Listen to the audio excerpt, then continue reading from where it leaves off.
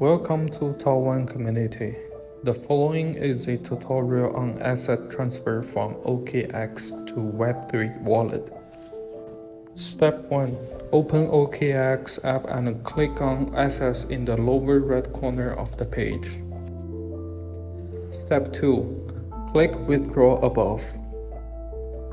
Step 3. Select USDT, click on it. Step 4. Select on-chain as your withdrawal method. Step 5. Follow the instructions on the page to fill in your USDT address and other information. Please note, before starting your USDT transfer, make sure your current blockchain network is the same as the network selected by the exchange. Then confirm and click Submit. Once done the above operation, your transfer is completed. This is Taiwan blockchain community. Welcome to subscribe and join us.